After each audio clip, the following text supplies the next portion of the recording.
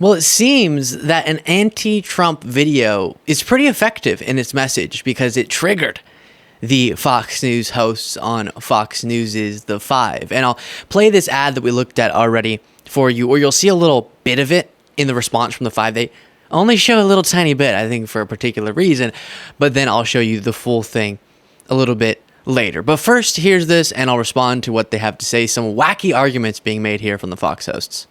He's going to be so pumped up. He's going to be pumped up. Yeah. Meanwhile, Joe Biden spending $50 million to call Trump a convicted felon with ads like this.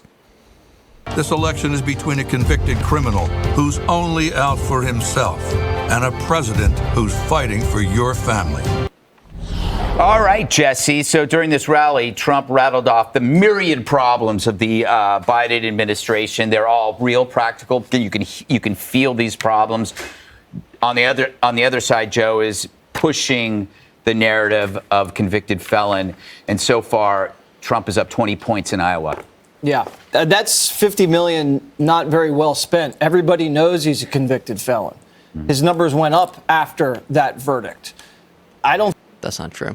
Think that's something you'd want to spend money on. The whole country's already aware of it. If I were Joe Biden, I'd be spending money saying what I did for the country. But he hasn't done anything for the country, so we can't run positive ads like that. So let's pause there, because it's interesting that he said, oh, Biden can't cite in these ads things that he's done, his policy record. Now, I'll save you my list that I've gone through so many times, so extensively, but it's a stunning list of achievements. I think even if you don't agree with all of them, you should, if you're honest, to be able to admit, all right, there are a lot of what they'd consider achievements, but obviously these MAGA foxes wouldn't do that. But they showed a little clip from this ad, not willing to show the full 30 seconds, because in the full 30 seconds, things are cited in terms of Biden's policy, stances, record, and vision for what's ahead. In the courtroom, we see Donald Trump for who he is.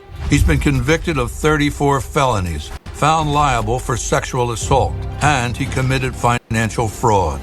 Meanwhile, Joe Biden's been working, lowering health care costs, and making big corporations pay their fair share. This election is between a convicted criminal who's only out for himself and a president who's fighting for your family. I'm Joe Biden, and I approve this. So obviously in 30 seconds, you can't go through the list that we sometimes take 10 minutes to talk about. So we just cited a couple of key things there. But the point is actually the opposite of what Fox News is trying to portray it as. The convicted felon label, it's not just about the label. That's just an accurate description, them freaking out, and I will play more of this, but just to get this in first, them freaking out over people using it as if it's a smear when it's just an accurate description of what Trump now is, especially in the party of law and order as they used to proclaim to be, is ridiculous to pretend like that's unfair to describe Trump as. But actually the ad's point is that Trump is running a campaign of victimhood. I know that I've watched more of Trump than all these Fox hosts combined. I've watched the full speeches over and over again. We were just at this very speech interviewing Trump supporters. And so much of Trump's message, sure, is pointing at issues, but not comprehensively, compellingly explaining what he would do to address them. And obviously the Fox hosts do this too. Exploit real issues to ignore the progress that's being made, given the circumstances Biden had to inherit with our economy in shambles, the public health disaster, and crime spiking. And the progress on all those fronts has been pretty stunning. That's what they don't want to admit. But instead, it's pointing at problems and then victimhood, which is Trump's message. And that's what the ad's about. You have a convicted felon who is a victim in the mind of himself and his movement, and then someone who actually wants to spend this campaign talking about real issues. Here's more. Trump, I think, is tied in Wisconsin right now. And crime's a big deal in Milwaukee. Milwaukee's, I think, the third highest crime rate of any city in the country. And inflation. Crime's also dropping in Milwaukee like it is at rapid paces across the country. It's a big deal. So it's going to be a battle of suburban voters there. And then Milwaukee's probably going to swing it if Trump can get enough of the black vote. He won it in 16. He lost it barely in 20. Ron Johnson has won consistently there. So there is a All right, so then I do want to play for you another ad because of the allegation from Jesse Waters that policy is not being discussed in these ads and that Biden couldn't make a positive case for himself. It can only be negative about Trump. Then we'll get back to Janine Pirro saying something so ridiculous, I laughed when I initially heard it. On a job site, it's amazing what you can accomplish if you don't care about who gets the credit. In politics, though, it's amazing what you can take credit for, This would have never happened without me. even if you don't do anything. But take Joe Biden, who worked across the aisle to land the largest infrastructure bill in American history. What did he call it? The bipartisan infrastructure law. Because he knew that by sharing the credit, he could deliver more for all Americans. One guy's good at taking the credit, I am the chosen one. the other guy's good at doing the job. And that's from Rebuild USA, not the Biden campaign specifically, but clearly a positive case can be made. And that's why sometimes I've done these 20 plus minute segments, which are really long in the YouTube world for this type of content, so that we can take the time to go through whatever it is, 15 minutes of the actual policy record of Biden on paper. Let's get away from the aesthetic stuff and obsessing over the sound bites and have a more level-headed conversation. And when you have that, every person that I've ever talked to who's watched one of those segments, even if they don't like him, goes, okay, yeah, that's pretty notable. And a little bit of it was cited there. And so you can make ignoring Trump, just put a generic Republican on the other side. You can make a strong case, very strong, that Biden should win re-election just based on that record. But then you add into it Trump and his deranged threat to democracy, and it should be a much easier decision for people. Here is Janine Pirro just being absolutely outrageous.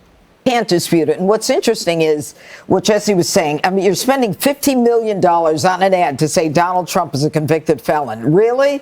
Okay. And that's what Joe Biden's all about. He's all about name calling. He's all about names, the stars in Hollywood. And Donald Trump is out there talking about the failure of the Biden administration and talking about what he's going to do fighting for American families. And he's doing it in Wisconsin and Detroit, in Atlanta. Right. He's going to uplift American families by going after media outlets he doesn't like, by I don't know, considering, how do you describe this? Considering the decision between being electrocuted by a battery or getting eaten by a shark. In this same speech, by the way, he brought up sharks again, and he said, oh, this lake here in Wisconsin's nice, better maybe than the oceans because there's no sharks in the lake. What is Trump's concern with sharks is very strange. But calling for the termination of the Constitution, saying that presidents should have immunity, that all serves American families how? Him stealing classified documents serves American families how? It doesn't. That's the point. And the outrageous part there that can really just make you angry, but we'll say it's silly and goofy and we'll laugh at it.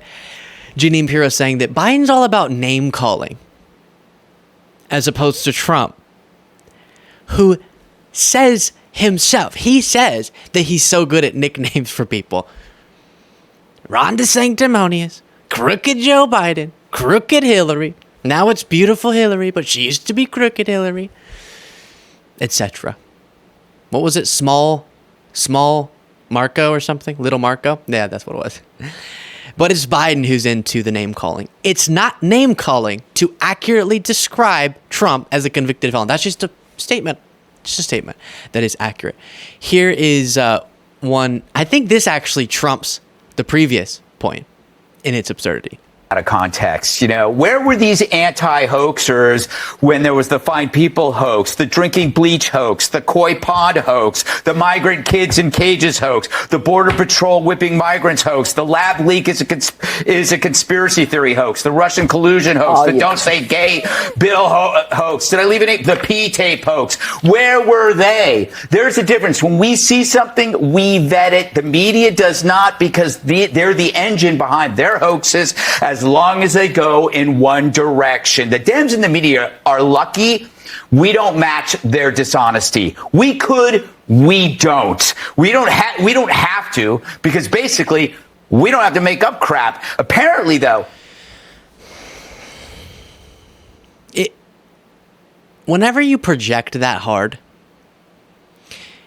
to me, it should be embarrassing for you, but I guess, yeah, there's a bunch of folks on Fox or watching Fox News thinking, yes, Fox News, they vet their sources, they vet their facts, they fact check before going on the air, and they just present facts like it is. Do you remember, was it CNN who had to pay nearly $1 billion because of their blatant lies about the elections? Based on a settlement because they knew going to trial in this defamation case would have been disastrous. Was it MSNBC that had to pay that historic judgment or settlement? Or was it Fox News for its unwillingness to vet at all the lies that were being spewed? Wild that he could say that knowing the record of that network and also his list of quote unquote hoaxes.